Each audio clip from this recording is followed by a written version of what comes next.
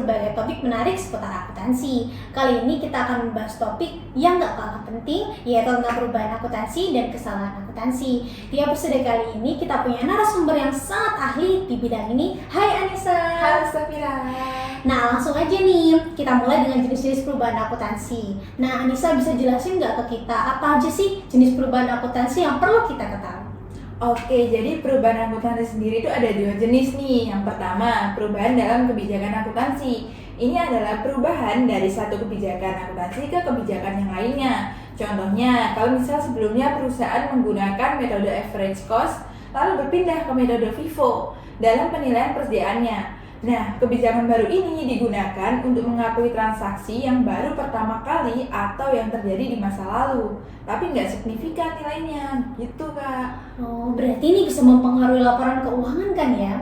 Nah, betul banget tuh Vira. Perubahan seperti ini mempengaruhi laporan keuangan dan perlu disajikan syarat tertentu yang nanti akan dibahas lebih lanjut. Selain itu, ada juga nih perubahan dalam estimasi akuntansi, misalnya perubahan dalam proyeksi masa manfaat suatu aset atau estimasi piutang tak tertagih. Jadi, estimasi itu sifatnya kan dinamis, bisa berubah tergantung pada keadaan yang ada. Misalnya, jika perusahaan menilai piutang tak tertagih, kadang angka yang dipakai itu berubah seiring berjalannya waktu, gitu. Oh, ngomongin perubahan akuntansi, pasti ada yang namanya pendekatan dalam melaporkannya. Bisa jelasin nggak tentang pendekatan ini? Oke, boleh banget tuh. Ada 3 pendekatan dalam melaporkan perubahan akuntansi. Yang pertama, pendekatan saat ini, di mana perubahan diterapkan di periode berjalan. Kemudian yang kedua, ada pendekatan retrospektif, yaitu di mana perubahan diterapkan ke periode sebelumnya. Ini sering dipakai untuk perubahan kebijakan akuntansi itu sendiri. Gitu. Terus bedanya sama pendekatan saat ini atau kurang itu apa ya?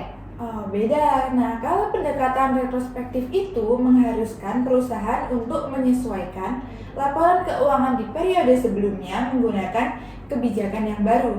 Seolah-olah kebijakan baru itu diterapkan sejak awal. Biasanya nih, kita juga harus menyesuaikan nilai buku aset dan liabilitas serta laba yang belum terdistribusi di awal tahun perubahan. Gitu, Vira. Jadi semua laporan tuh harus direvisi ya sebelumnya? Nah, betul banget. Oh iya, tadi kan aku bilang 3 nih, Fir. Ada satu lagi, yang ketiga itu pendekatan prospektif, yang berarti perubahan diterapkan hanya mulai di periode perubahan itu dan ke depan, tanpa mengubah periode di masa lalu. Kalau tadi sudah bahas tentang pendekatan nih Kak, sekarang masuk ke pelaporan perubahan dalam kebijakan akuntansi nih. Bagaimana caranya perusahaan melaporkan perubahan kebijakan akuntansi yang baru? Nah, untuk melaporkan perubahan kebijakan akuntansi itu harus jelas ya.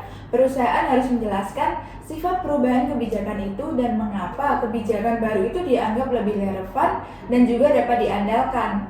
Selain itu, harus disampaikan jumlah penyesuaian untuk setiap sistem yang terpengaruh oleh perubahan kebijakan. Dan jangan lupa termasuk laba per saham yang harus dihitung ulang. Begitu. Berarti harus jelas ya nih supaya bisa dianggap relevan. Betul banget tuh Vira. Oke, oh iya nih, kadang nih perusahaan tuh nggak bisa langsung menerapkan penyesuaian retrospektif. Apa aja sih alasan ketidakpraktisan ini bisa terjadi? Oke, betul banget tuh. Ada beberapa kondisi di mana retrospektif ini nggak bisa diterapkan, seperti perusahaan nggak bisa menentukan dampak dari penerapan retrospektif atau membutuhkan asumsi yang sulit dipastikan tentang niat manajemen di masa lalu. Kalau ada ketidakpraktisan seperti itu, perusahaan bisa menerapkan penyesuaian secara prospektif alih-alih dengan retrospektif itu sendiri, gitu. I see. Jadi perusahaan itu harus memperhatikan betul ya kondisi retrospektifnya dan dampak dari penerapan retrospektifnya tersebut kan? Betul. Nah, kita masuk ke perubahan estimasi akuntansi. Nah, bisa kasih contoh nggak sih Anissa perubahan estimasi yang sering terjadi dalam akuntansi itu apa sih? Oke, boleh. Contohnya nih, estimasi masa manfaat aset tetap seperti mesin. Misalnya, perusahaan awalnya mengestimasi mesin akan berumur 10 tahun. Tapi setelah 5 tahun, ternyata mesin itu hanya bisa dipakai 8 tahun. Itu adalah perubahan estimasi yang harus dilaporkan secara prospektif. Begitu juga dengan estimasi piutang tak tertagih. Jika ada perubahan dalam perkiraan tentang jumlah piutang tak tertagih, ini juga merupakan perubahan estimasi yang berpengaruh pada laporan keuangan. Gitu. Ternyata banyak juga ya, seperti masa manfaat dan piutang tak tertagih ya teman-teman. Nah, selain perubahan, ada juga sih kesalahan dalam akuntansi yang harus diperbaiki. Bisa jelasin nggak ke kita apa aja sih jenis kesalahan yang sering terjadi itu, Anissa? Oke, boleh banget. Kesalahan dalam akuntansi bisa berupa beberapa hal nih, seperti kesalahan perhitungan matematis, salah pengakuan pendapatan atau beban, atau bahkan kesalahan dalam klasifikasi biaya sebagai aset. Kesalahan ini bisa mempengaruhi laporan keuangan dan perlu segera diperbaiki nih, Fir. Ya, misalnya kalau suatu perusahaan mencatat pembelian aset tetap sebagai beban, itu kan jelas salah. Aset tetap itu kan seharusnya dicatat sebagai aset dan harus disusutkan. Kesalahan semacam ini akan mempengaruhi laba dan posisi keuangan perusahaan itu. Begitu nih. Jadi akibat kesalahan itu tuh pastinya akan mempengaruhi laba dan keuangan perusahaan ya apabila tidak diperbaiki kan? Betul.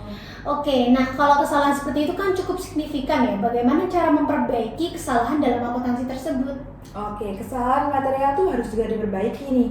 Caranya, kita membuat penyesuaian terhadap saldo laba yang tercatat di periode berjalan. Misalnya untuk kesalahan klasifikasi mesin yang tadi, kita akan mengoreksi saldo laba dan menyesuaikan akumulasi penyusutannya yang harusnya tercatat, begitu. Begitu, paham nih. Jadi harus dikoreksi ya kesalahannya. Betul banget. Wah, nggak terasa nih, lihat teman-teman udah habis materinya. Terima kasih banyak ya Anissa.